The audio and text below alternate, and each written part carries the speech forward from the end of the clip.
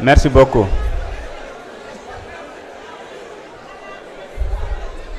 S'il vous plaît, Monsieur le Premier ministre, vous avez la parole pour 20 minutes.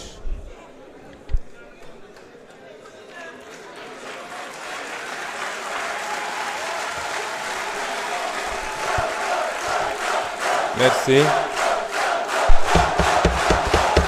S'il vous plaît, s'il vous plaît. S'il vous plaît, s'il vous plaît. Merci, Monsieur le Président de l'Assemblée nationale. Vous me permettrez, comme j'ai 20 minutes, je ne pense pas que je vais épuiser les 20 minutes, mais je vais terminer sur les réponses que j'étais en train d'apporter lorsque le temps précédent s'était écoulé, relativement toujours à la campagne agricole. Parce que souvent, une certaine opposition essaie de se greffer à toutes les causes pour en faire des causes politiciennes. Aujourd'hui, tantôt c'est les étudiants ou c'est le monde rural. Je me suis rendu effectivement dans le monde rural en tant que Premier ministre. Je ne pense pas que sous vos régimes, les premiers ministres l'auraient fait. J'ai pris contact directement avec le monde paysan, que je connais très bien. Je me suis solidarisé et je me suis expliqué. Nous avons hérité d'un pays qui est ce qu'il est, mais des efforts substantiels ont été faits. Li ci gën a gàtt rek mooy tey boo demee ci kaw gi amul fenn fooy dem ba ñu joytu ci wàllu jiw bi wala engrais gi. Donc, et ça nous a valu quoi? Une production record de 900 000 tonnes. Parce que su ñuy wax affaire commercialisation aussi nañ ko rapporter ak masse bi nga xam ne moom la ñu produire cette année, qui est une production exceptionnelle. Les équipes du docteur Mabouba Diagne ak Alpha ont fait un travail exceptionnel. te muy nag des statistiques avérées duñ daan gonfler rek naan on a fait 1 million de tonnes ak nangam. En passant, 2017 la ñu promettroon d'ailleurs autosuffisance en riz dans la vallée et ailleurs. Donc du travail concret a été fait. Soo amee nag lu toll noonu ci production l'écoulement mënul jàllee au même rythme que soo produire 400 000 tonnes ou 250 000 tonnes ou 500 000 tonnes. Muy premier élément. Wax naa ko fi ñu toll tembe dans le nord pratiquement gerte gi jeex na. Dans le centre am na encore quelques poches. Wax nañu fii léegi les centres les points de collecte. Bi ma demee ci àll bi maa njëkk a interpellé monsieur le ministre du commerce ci les points de collecte. Am na quelques problèmes. Problème bu amee dañ naan am na. Volet commercialisation bi am na ay problèmes yoo xam ne am naa njort ni année prochaine dootul am. Année bi ñu jiitu suñu première campagne production bi ci boppam moo amoon problème tey waxatuñu production ba ci les produits horticoles tey dañuy dem ba dañuy obligé tëj marché bi pomme de terre beeg soble beeg macha allah. Kon am na encore des problèmes on va les régler. On est à notre deuxième campagne. Sur les 50 campagnes à venir vous verrez ce que les paysans vont avoir Inch'Allah. Donc am na des problèmes qu'on est en train de régler. Wax naa nag dans le sud tey dans le Médina Yoro Foulah qui est devenu un très grand bastion. Presque les gens ne se rendent pas compte que le bassin arachidier est en train de se déplacer. Il est vers la fin du centre, il est vers le sud, mais région de Kolda, Médina Yoro Foulah, etc. Moo tax ma ne la les 2 prochains mois la Sonacos prioritairement. On est confronté à un problème de financement. Def nañu effort avec la BOAD, on a mobilisé 50 milliards supplémentaires. Jox 28 milliards les opérateurs pour fay leen ñu mun leen dem jël les 23 milliards ou les 22 milliards restants jox ko Sonacos. Ñu ngi continuer ci rythme boobu pour appuyer. 450 000 tonnes yi fan la jóge ba ma demee maa ne comme commercialisation bi yéex na. Les gens avaient pollué en disant qu'on a interdit l'exportation. On n'a jamais interdit l'exportation. On a mis une taxe à l'export de 40 francs sur le kilo. Mu andi woon jiixi jaaxa. Ça aussi on le fait pour protéger un peu et le producteur nga xam ne moo ne ci naaj bi di sonn waaye ñeneen ñooy bénéficier wu ci affaire bi et pour protéger également nos industriels pour ñu mën a am gerte. les gens sont allés dire que dañu télé exportation daaw la ñu bloqué woon exportation bi vers la fin on a libéré ren on n'a jamais interdit l'exportation. Ces mêmes exportateurs sont venus me voir ils nous disent vous ouvrez les exportations on achète 300 000 tonnes avec la taxe may leen à condition que ngeen dem jënd ci point de collecte yi pour qu'on soit sûr que vous avez acheté au prix bi ñu arrêté woon ñu d'accord loolu on a enlevé la taxe de 40 francs loolu la ñu ma demandé woon j'enlève la taxe de 40 francs ils ont pris l'engagement d'acheter 300 000 tonnes au jour d'aujourd'hui ils ont acheté 5 000 tonnes 5 000 tonnes la ñu jëndagul. Qu'à cela ne tienne j'ai dit à la Sonacos est-ce que am nga capacité stocker 450 000 tonnes mu ne ma effectivement ma ne ko été stock de tourteaux et cetera du poser problème ñu non am nañu capacité bi.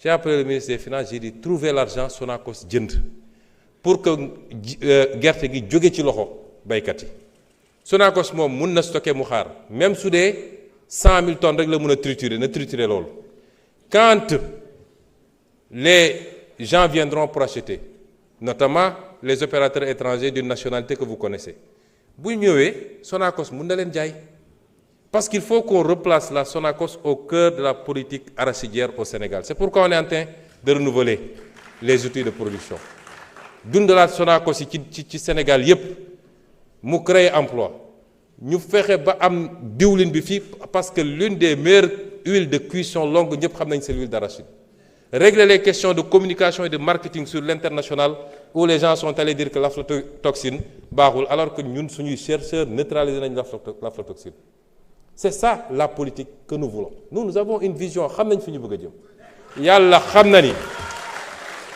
xam na ni bu ngeen ñu fi bàyyoon 74% de taux d'endettement heure bi décollé nañ bu yàgg vision mooy jiitu action ñun xam nañ fi ñu bëgg a jëm donc malgré tout on est en train de renouveler les lignes wax naa la ni fii Ziguinchor dinañu renouveler ligne bi toutes les machines ont été commandées et ça va passer de 200 000 tonnes jour à 500 000 tonnes jour à triturer Kaolack dinañ ko renouveler ça va passer de 400 000 tonnes de 400 tonnes du moins à 1000 tonnes Ziguinchor ça passe de 200 tonnes à 500 tonnes la ñuy jëlee foofu ci machine parce que Diourbel actuellement décortiquage rek lay def on retape Diourbel mu démarrer moom it avec une production attendue de 250 tonnes jour et on va continuer cette logique nee naa la en moins d'1 an Louga Ziguinchor Kaolack yow yëpp arrêté woon na bu yàgg 2 ans ngeen tëj ko en moins d'1 an démarré nañ ko tey mi ngi trituré nga jël dinañu tabax aussi on va construire un centre à Médina Yoro Foulah boo xam ne comme c'est devenu un grand bastion foofu nañ fa mën a triturer defar gerte gi également kon ñun xam nañ fi ñu jëm mais nous avons décidé d'impulser la nouvelle politique agricole j'ai réuni les équipes liggéey na ak ñoom ministre de l'agriculture ministre du commerce ministre des finances ministre de l'économie sur les questions de financement la subvention les subventions le foncier parce que si on ne fait pas de réforme foncière ça va être très difficile d'avoir une agriculture qui mënuma ko développer parce que li ma dese bëriwul la Sonacos en tant que pilier industriel mais les privés également les Copéol ak yooyu y en a à boire et à manger ak les phosphates engrais et c'est pourquoi bokk na ci suñuy xeex yu rëy ma wax ko fii et je veux que les Sénégalais le comprennent on va reprendre en main notre phosphate et notre industrie phosphatière parce que conditions yi ñu ko joxe woon ñëpp xam nañ ni baaxul le Sénégal a été grugé et sur de 1998 à maintenant on a perdu plus de 700 et quelques milliards ci privatisation boo xam ne jaarul yoon on va reprendre cette industrie on va travailler à faire de l'engrais ici au lieu d'exporter tout l'acide phosphorique de l'engrais sur mesure liggéey ko pour notre production nationale mais aller à la conquête du marché sous-régional c'est ce qu'on va faire aujourd'hui avec le phosphate c'est différent de ce qui a été fait jusqu'à présent 2 ou 3 régimes 2 régimes particulièrement romb nañu jël phosphate bi jox ko ci conditions yi kenn xamul gars yi di jël acide phosphorique bi di yóbbu suñuy béykat amuñu engrais nous consommons 15 tonnes d'engrais à l'hectare là où la moyenne mondiale est à 140 tonnes à l'hectare comment voulez-vous qu'on ait les rendements qu'il faut te engrais baa ngi fii ñun am nañu engrais tey yàlla may ñu gaz bi ma demee visiter OCP ils m'ont dit yéen da ngeen am lu ñu amul ñun phosphate rek la ñu am yéen am ngeen phosphate am gaz ba ci batterie électrique yi nga xam ne ñetti composante ñoo koy def yéen am ngeen ñaari am ngeen phosphate am ngeen gaz on a une vision xam nañ fi ñu bëgg a jëm et ça patriotisme souveraineté moo koy lam nee naa la bu ngeen ñu fi bàyyi waloon 80% sax baax na commercialisation marketing bi les infrastructures et le partenariat donc foofu xam nañ fi ñu bëgg a jëm laaj nañu fii léegi madame Aïssata Tall Sall honorable député am na ay laaj yu mu laaj dinaa ci tontu ñaar wala ñett mais madame l'honorable député defe naa fu ngeen musoon jaar ba ci parlement européen ne ay terroristes lañu ñun war ngeen fa jaaraat ne terroristes yi de ñoom laa jàkkaarlool Sénégal assemblée dóoruñu ma taaluñu ma tëjuñu ma kaso ndax bi ngeen koy wax yéen yow xam nga ni man duma terroriste te xam naa ko yéen a defoon une politique de répression que vous-même vous aviez exécutée sans état d'âme qui a valu énormément de dégâts à des jeunes citoyens sénégalais dont certains sont sortis avec des traumas. Aujourd'hui, si vous vous érigez en chantre de défense de je ne sais quelle cause, je crois que démb soriwul monde rural bi ngay défendre wax naa la une déclinaison une vision am na lu ñu ciy liggéey nous sommes très proches de ce monde rural. Je vous ai dit on est à notre deuxième campagne nañ dem troisième quatrième campagne vous verrez ce qu'on va faire avec ce monde rural là sans compter le volet élevage bi nga xam ne la ñu àndeegum rek pour renforcer le cheptel et le bonifier ñoom ñëpp gis nañ ko ci diir bu gàtt kon liggéey bi ñu ngi ci il faut pas essayer de récupérer des causes yoo xam ne si les gens sont dans cet état responsabilité bi yéen la dañuy wax mbirum lan moo changé ci diggante bi ba tey mbirum ñaari tur yi la fa doon am amu fi fii yàgg dañ fay jàpp nit mais bu ñu defee pression politique ngeen bàyyilu leen tey pression mënul am nun kenn duñu woo di ñu wax lu jëm ci loolu du fii du niveau international qu'est-ce qui a changé alors vous avez parlé du dialogue musuñu am rupture de dialogue avec qui que ce soit surtout pas avec les étudiants dialogue yaa ngi am ministre baa ngi convoqué mi ngi recevoir mi ngi wax nee nga dañu ubbiwaat université bi mais xanaa da nga liiral communiqué bi université bi ubbi nañ ko ba je comprends pas assemblée de l'université nañ ubbi nañu université bi kon kay y a pas de problème étudiants yi bëgg a jàng wax naa ko léegi les conditions seront totalement réunies pour que étudiants yi dem jàng dans la sérénité et c'est l'appel que je relance et c'est un appel du grand frère pour ne pas dire du papa ndax man école publique bu yàqoo ma yàqule keroog dama génn gis sama doom ci kër ma ne ko looy def fii mu ne ma non dañoo grève quoi ma ne ko ban grève mu ne ma solidarité ak université ma ne ko yow léegi sa baay ngay xeexal doo dem jàngi kon ñun amuñu benn intérêt école bi yàqu benn intérêt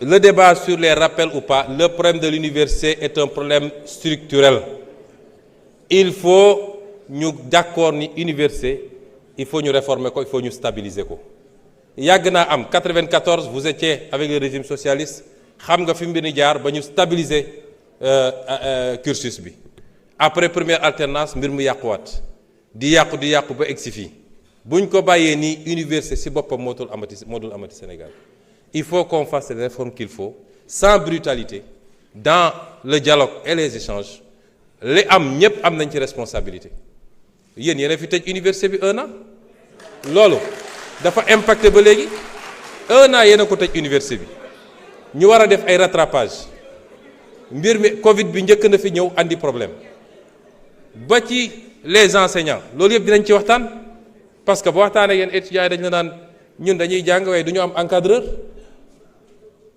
dañuy daw ci gannaaw pour am un encadreur suñu bëggee terminer suñu master bi et pourtant il y a des étudiants qui trouvent le temps d'aller encadrer ailleurs ñëpp dañuy toog ñu waxtaan ñu teg réew mi ci yoon réew dañ koy teg ci yoon ñu xam ni nii lay doxee te nguur goo xam ne lu yëngatu nga daw doo mus a defar réew doo teg réew mi ci yoon bi waaye nguur googu il faut moom ci boppam mu njëkk a góorgóorlu. Pour les bourses de sécurité familiale, je crois que sur le budget 2026 35 milliards ont été inscrits. D'ici la NFR, d'autres crédits vont être inscrits du moins. Nous sommes sur la route de ramener la bourse. L'audit dira ce que vous aviez fait de la bourse, en tout cas le régime passé, c'était devenu une succursale politique pour caser des trucs. Pour conclure, Monsieur le Président, je voudrais lancer un appel au peuple sénégalais. Nous sommes dans un monde à la croisée de chamboulements majeurs. yàgg naa leen wax li borom xam-xam yi ci science politique di wax le piège de Thucydide mooy àdduna day dox étape bu nekk am ay changement tey am na ay blocs yuy constitué wu am puissance bu mag bi fi newoon te àdduna tey dooleem wàññeeku beneen puissance di jóg ànd ak blocam loolu foo ko mus a gis dafa ànd ak ay heure dafa ànd ak ay chamboulement ci wàllu économie ci wàllu sécurité ak ci yeneen wàll nun Afrique lan lañ ci war a jëlee réflexion stratégique bi foofu la war a nekk. Les débats inutiles yi ñuy téye fii suba ba ngoon jot am diw andil Masamba nekkul nit ñi newuñu ci foofu àdduna dépassé na foofu et c'est ce message que je veux lancer aux Sénégalais et aux Africains. L'Afrique n'a pas besoin qu'on l'asphyxie par la dette injuste et odieuse. Elle a besoin de croissance pour tirer le monde parce que le seul îlot de croissance dans ce monde-là, c'est l'Afrique. Amul fenen. C'est l'Afrique où tout est à construire. Est-ce que ça se fera sans les Africains, comme ça a toujours été le cas, depuis la traite négrière, la colonisation, la néocolonisation? C'est à nous, Africains, de répondre. Il faut que nous élevions le niveau de débat. Débat yi am Sénégal doo dem benn dëkk buy avancer boo xam ne ci débat boobu lañ nekk. Il faut aujourd'hui qu'on sache que l'Afrique n'a pas besoin de ça, de cette dette odieuse. J'ai eu à recevoir à Addis Abeba l'éminent économiste américain, le professeur Jeffrey Sachs. En l'écoutant, je me suis entendu parler, je me suis entendu écrire. Telle était forte notre convergence de vues.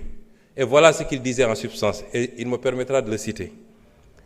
Ce qui intéresse le FMI, ce n'est pas votre développement. Ce qui intéresse le FMI, c'est que vous restiez pauvre et sage.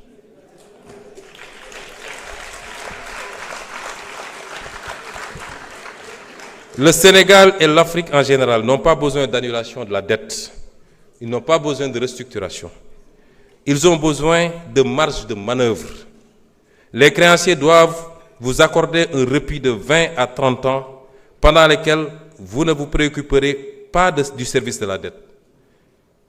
Vous n'avez pas besoin d'austérité, mais de croissance. Je crois que les 30 prochaines années seront pour l'Afrique une période de croissance économique extrêmement dynamique.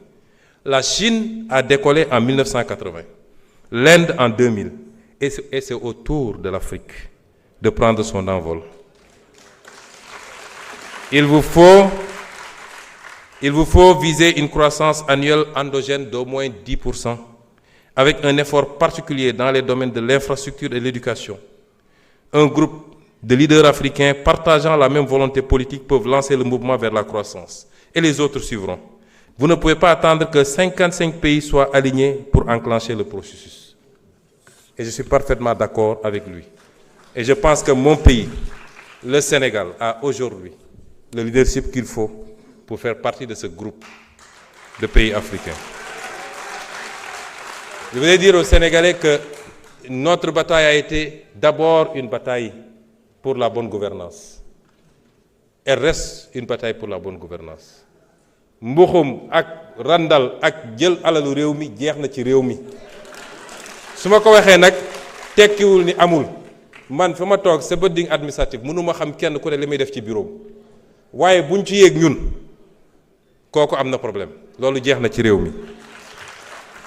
Notre bataille a été une bataille pour la souveraineté dafa am ay projets yu ma fi cité moo tax faw ma wax leen ko fii croissance à 2 chiffres dinañ ko def bu soobee yàlla te dinañ ko def suffisamment longtemps pour mu am les retombées qu'il faut et ñu mun a construire un développement. Nous allons reprendre notre gaz rawatina nag Yaakaar Teranga parce que ñoo ko moom te am nañu les bases pour reprendre ko on va le reprendre te buñ ko defee la may andi ci Sénégal kenn xamul nu mu toll.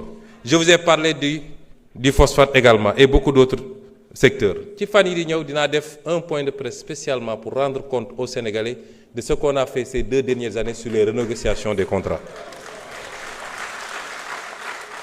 Mais loolu pour mu am il faut que ñun ñu xoolaat suñu bopp ñun tam nañu xam ni on doit être des modèles.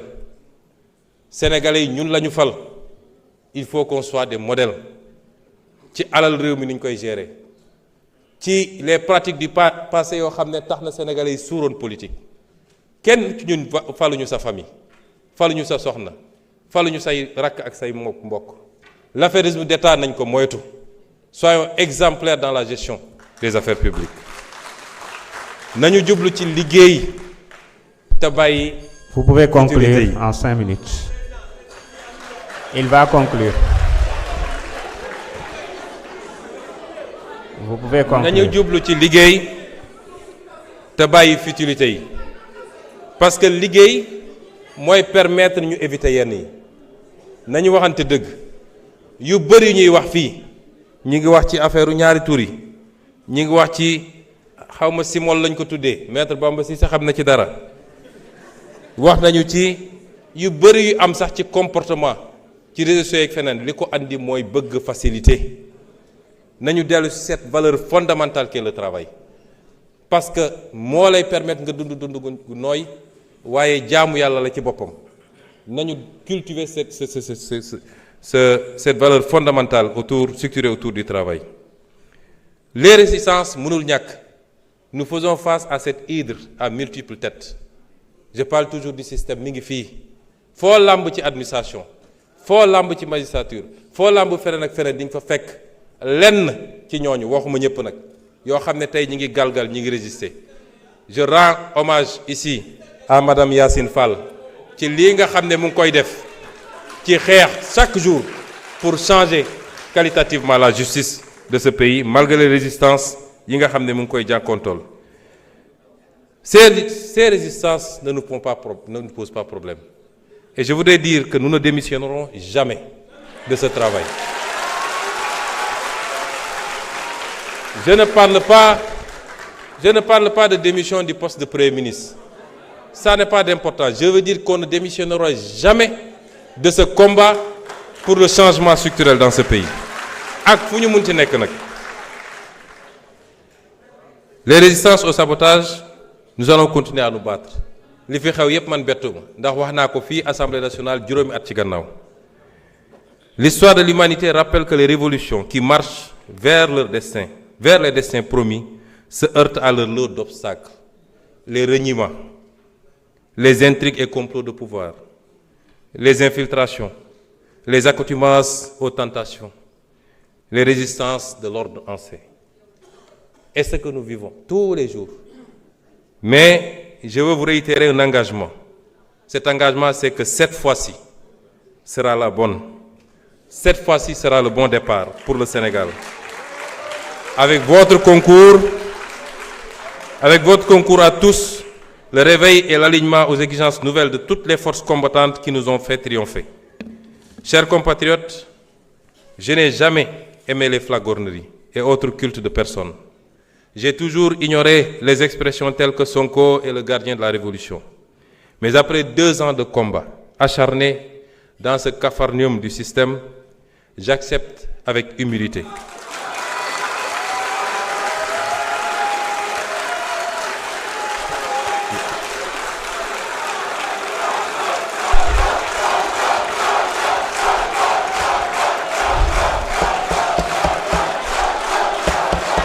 Regardez le temps. Vous êtes en train de lui grignoter des minutes. Hein?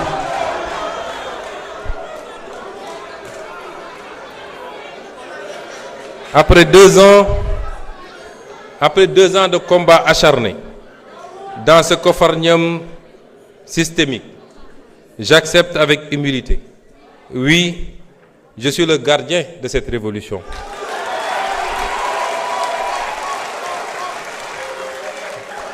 Je le suis dans la limite des moyens et pouvoirs qui sont les miens.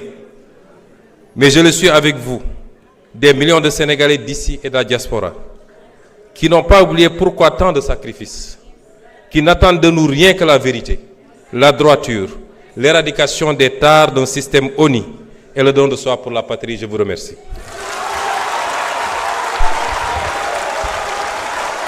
Merci beaucoup. Merci.